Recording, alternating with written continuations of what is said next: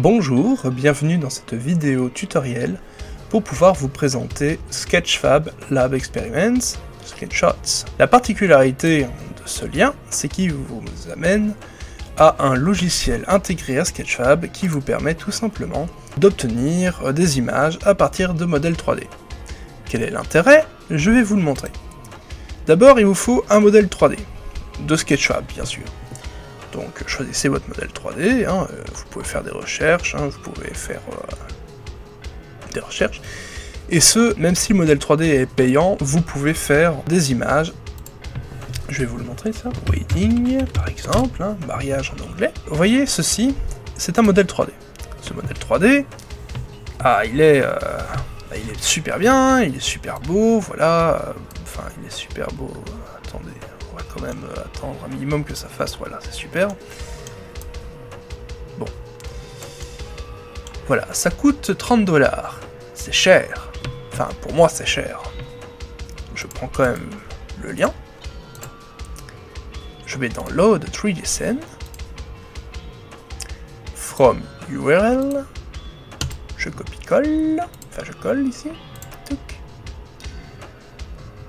après avoir appuyé sur Load, j'attends, et tout de suite, j'appuie sur Transparent Background, entre parenthèses, Will Reload. Tout simplement parce que ça ne sert à rien de commencer à manipuler le modèle 3D, alors que il va le reload, il va le recharger. Voilà, nous avons donc ici de la transparence tout autour. Je peux désormais commencer à manipuler le modèle 3D. Donc, comment je fais pour pouvoir zoomer, dézoomer? J'utilise la roulette, la molette de la souris.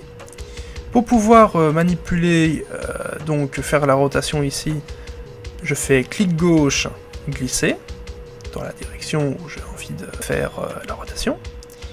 Je peux aussi faire clic droit, et je maintiens tout en bougeant pour pouvoir bouger sur l'axe vertical, horizontal, enfin bref, les ordonnées, les abscisses. Et grâce à tout ça, je peux trouver l'angle que je veux pour obtenir des images. Allez, par exemple, je veux ça comme image.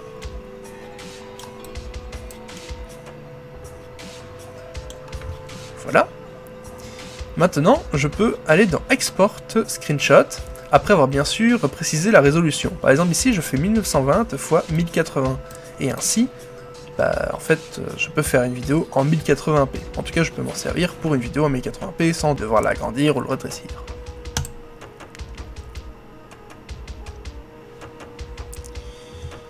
Ensuite, je vais le mettre dans quelque part, si j'en trouve une utilité, voilà, je mets dans réaction par exemple. Et par exemple, si je vais dans mon petit pen.net, qui est le logiciel que je vous conseille à tous, si vous êtes sur Windows, et que je l'importe, voilà. Tac tac. Je vais vous montrer que c'est un beau PNG, que c'est bien fait.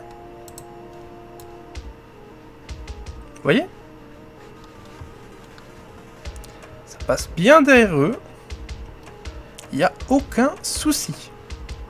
Les contours sont bien faits, c'est net, léger dégradé. Si vous avez envie de faire par exemple des petites bandes dessinées ou ce genre de choses, c'est très pratique. Et si vous avez envie de faire de la vidéo et d'avoir des templates directement utilisables, c'est encore possible. Voilà.